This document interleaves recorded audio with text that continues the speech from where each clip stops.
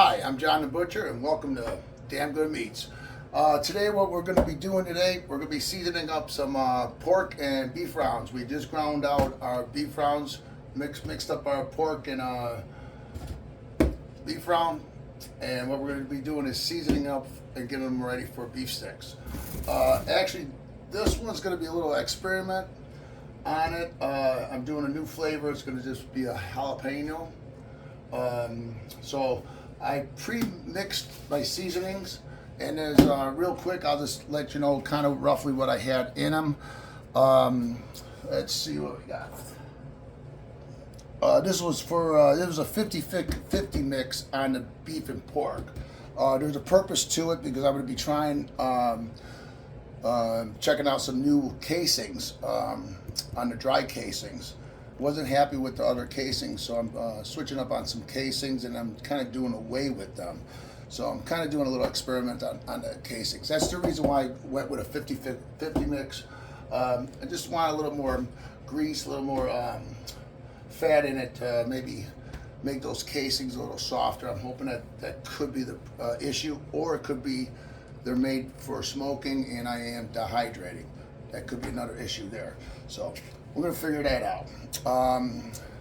So what I have, I got some seasonings pre-done up, and then my jalapeno are a dehydrated jalapeno ground up in my famous coffee grinder that I do a lot of different coarse grinds on the peppers and stuff like that.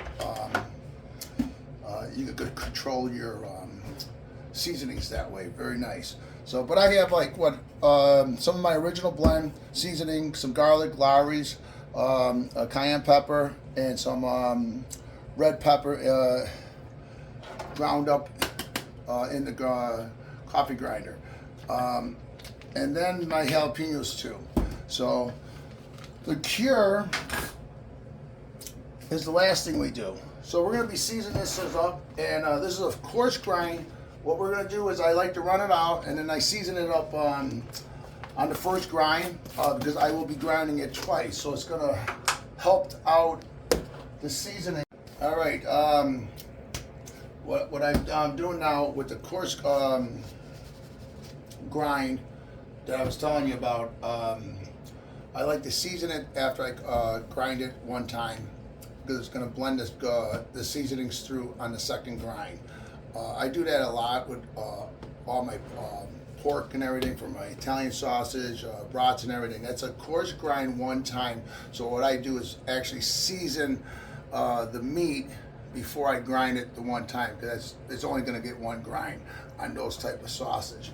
But on this double grind, so I'm going to be seasoning it up right now. All you do is pretty much, I mix everything up all in one thing. With a lid, I give it a shake. That's how I blend it off. That's how I do it. And all you're doing, you're gonna layer it up nice. All right, you got quite a bit in there. And what you're gonna do, you're gonna mix it up, blend it up a little bit. All right, fold it like you're making a pie, pie crust. A couple of the guys know what I'm talking about. All right, a little more seasonings on here.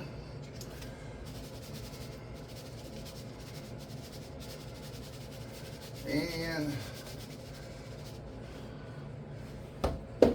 fold that around again. Squeeze it together, just mix it up, give it a nice mix. Okay, what I'm going to be doing now, I'm going to finish seasoning this up, and then I'm going to run it through the grinder on a fine plate. So I'm going to have a fine grind on it. It's going to look beautiful, and then I'm going to come back and mix that up. So I'll be showing that to you in a couple seconds. All right, guys, I just got done running out the second grind on a fine grind. Mixing it all up pretty nice. What I'm going to do now is, the last step is to add the cure. Now there's two types of cure for jerky. You have a refrigeration cure and a non-refrigeration cure. I had to switch to a non-refrigeration cure, and that is a Cure 2. It's what you need to do is you're gonna need to get familiar with it, read up on it, and follow directions exactly perfect on something like that. And that's what I'm using today. So on that, the 15 pounds, all you really need is 3 teaspoons. It's 1 teaspoon per pound that will preserve the beef sticks on what I'm doing here, so you don't have to refrigerate them. So read up on that if you decide to use that. Then there's another cure. It's Cure 1. This is 2. Cure 2 is a refrigeration cure. That there, look into that. But that's majority of the people that use Cure 1 is this. You're just storing them in the refrigerator and stuff. And they'll last about three months refrigerated crowd bag. I did do a test on both of them. Open packages on the counter. With the Cure 1, I actually got roughly 5 days. I want to say throw them away on 5th day. And that's an open package. They're fine up to 5 days.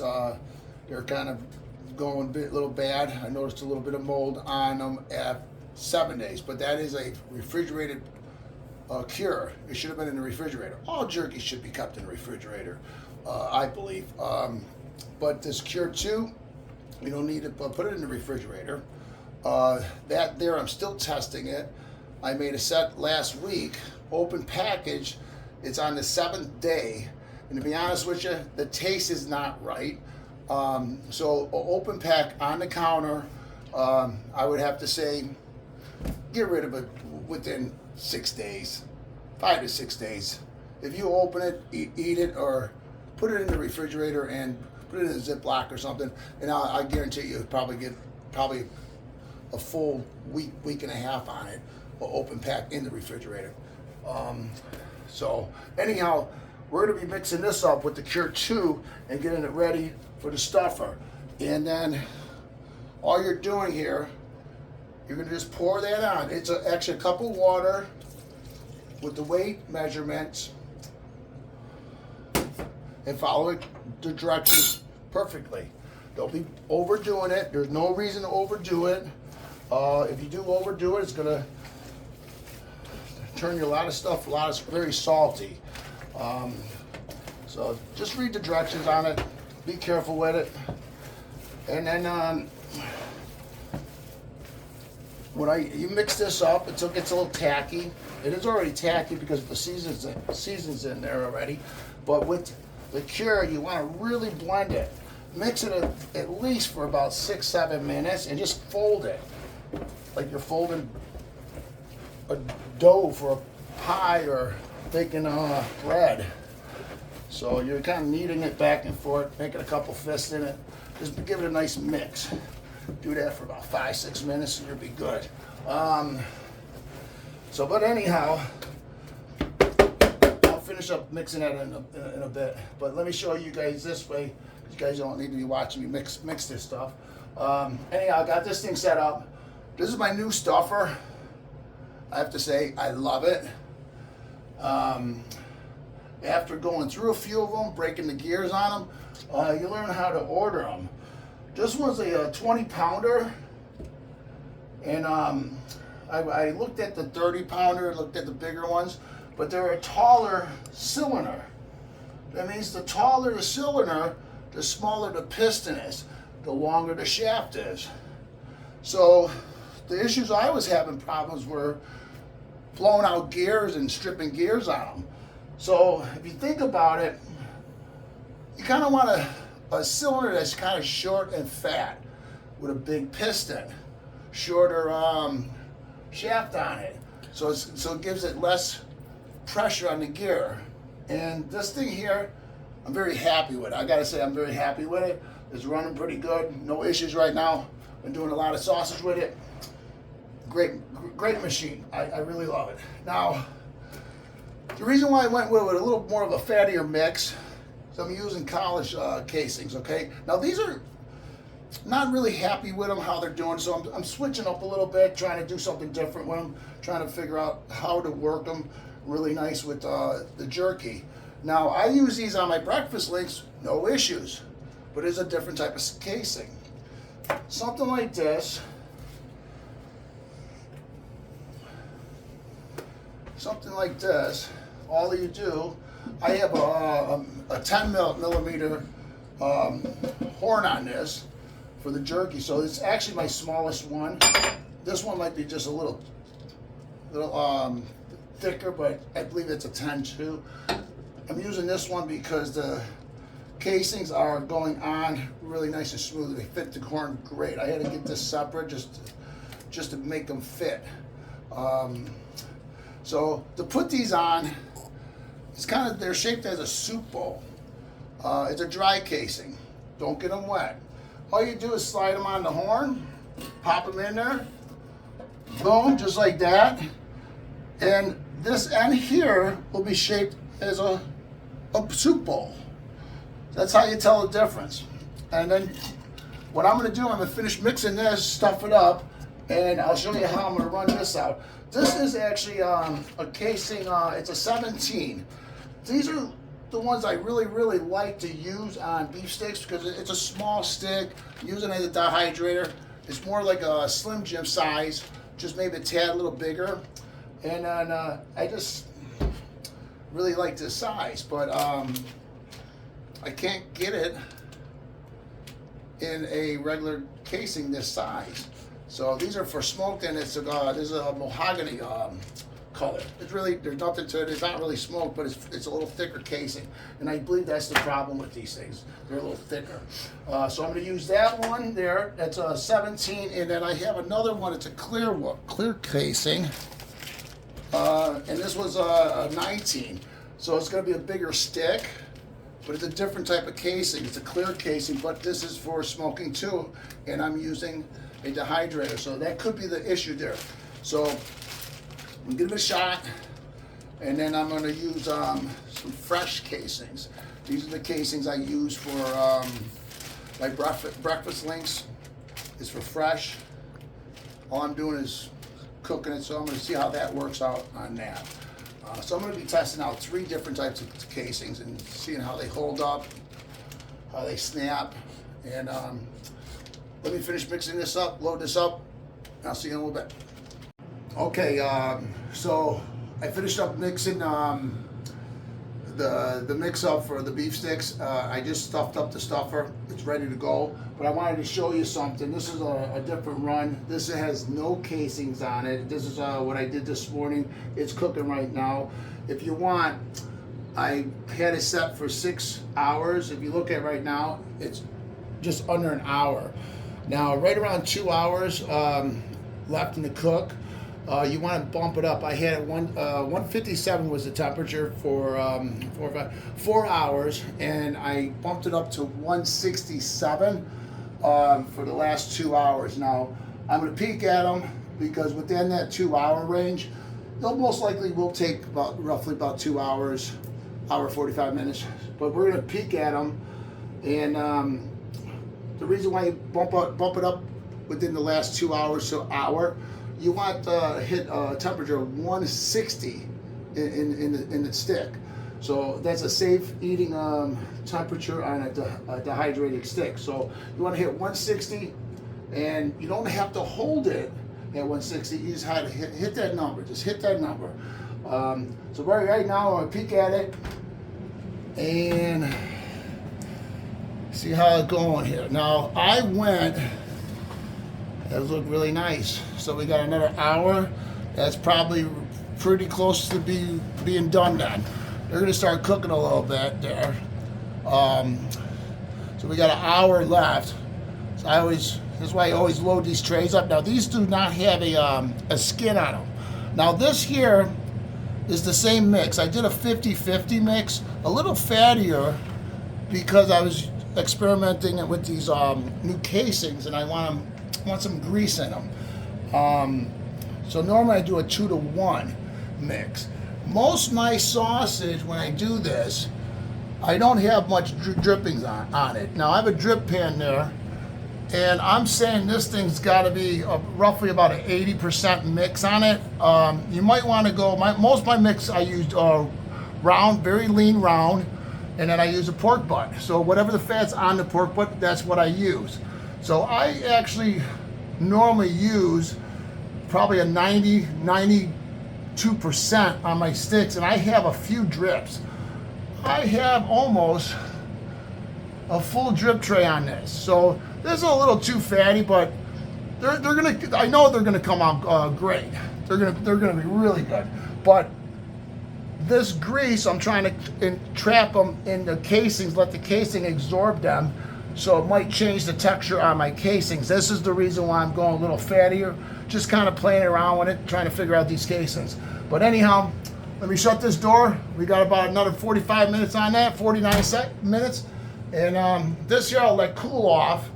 And there's two ways to cool the jerky off. Now, this here, I'm not going to give it an ice bath.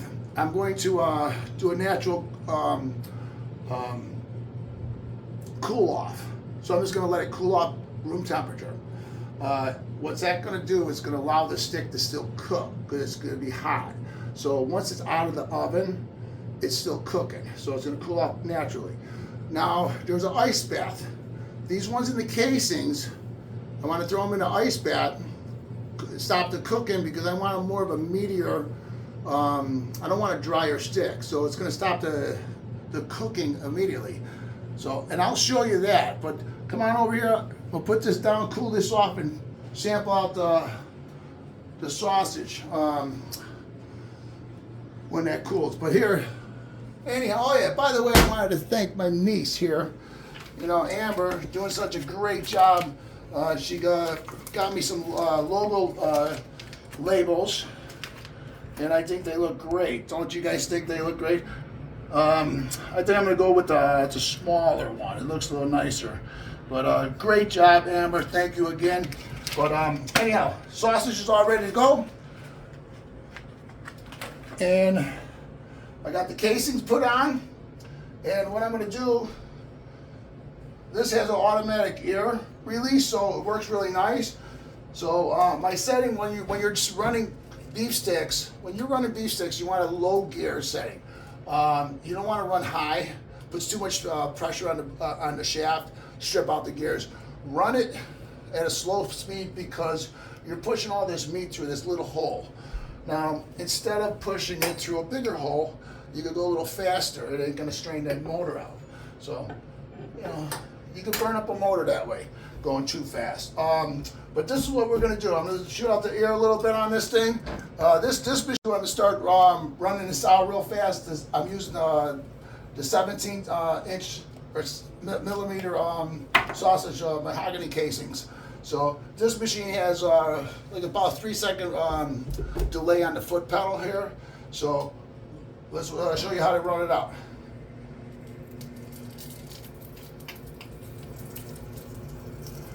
It's I got it on a very low setting, so it's working pretty nice.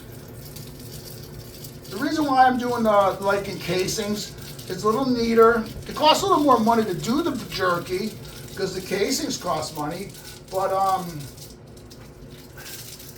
I could get ahead with it. Like right now, that jerky without the casings I did in the morning, I got that cooking. That cooked for 6 hours. So for the last 5 hours, I kind of took a lot of breaks, and then I prepped myself up for this. So now I'll have this all run out. It's 20 pounds worth. This ain't gonna take me no time to run it at this speed like this. This machine's awesome. I'm very happy with it. It's super easy, you know, and look at this stuff come out. Comes out really nice. So what I'll do is link these things up. I have an hour to get all these things linked up. So when, sometimes if you're not paying attention, it's okay. You could just slide that over. Even if you break it, that's just the end of the line then. No big deal. But this one here, I'll probably end up cutting it. So these casings are pretty heavy duty. So we'll see how those things work out with a little extra grease. All right, let me run the rest of this out, link it up. I got to get it timed out. Just trying to rock and roll with everything here, with the timing and everything. So I got about an hour to link these things up, and I'll show you how those come out, and then I'll come back and show you how we're going to be loading up the dehydrator. And then once that's done, we'll show you how to do an ice bath on these things. So we'll see you in a little bit. Okay, I think last time I was actually getting caught up and on the links on all the casings that I'm doing. So I did 3 different casings. What I did was run them out, link them up while a batch was cooking. Right now, this is the way they're drying out. This is called just regular temperature dry out. You're gonna dry it out for about 12 hours. Overnight's even better. If I did overnight, I would be putting them in some of my bins here and just let them air out. But 12 hours would be fine. Then what I do is trim the ends. We split them, and that's what we do. Then we package them up. And once you do that, you have a package like this. You know, throw a little oxygen sensor in there. Get rid of the oxygen. That's what you want to do. And here, the casings. What I'm doing is it's kind of a little experimental with 3 different ones. I found out when I was running it out, the top casings are more of like a fresh casing. It's a real thinner casing. I think I'm going to be happy with that. But the problem with it is it's a thicker sausage. I'm trying to stay with a smaller sausage. But come on, I'll show you. I got like 2 different sizes, or actually 3 different sizes in here. All right, let me grab this light here. All right, I just saw there was thicker sausage in here from the casings. So I put on this for 6 hours, 30 minutes. So 6.5 hours. I separated these things here. Now these here have no casings on it. What happens is the sausage machine holds roughly about 1.5 pounds, and I actually use my jerky gun and I run that out, and that's what I get, roughly a tray of that. Now these are the fresh casings, little thicker. So we'll see how those work out. And then these are my mahogany casing. These are for smoking and natural size beef stick. That's the size I'm looking for. So this is the other fresh right up above them. So I divided the fresh mahogany casings here, and then here's the rest of the mahogany ones down here. And then these are the other smoke casings, but it's a clear casing. I noticed they're just a tad little thinner, so I was kind of checking that out. So we're gonna see how they work out, and we got about 6.5 hours. I'm gonna let the other beef jerky, that's my spicy blend right there, and these are gonna dry out for 12 hours, and we're gonna process them and pack them up, and boom, you'll have a nice little package like that. So I hope you learned some stuff, and if you like it, subscribe. Again, we'll see you next time. Thanks, bye.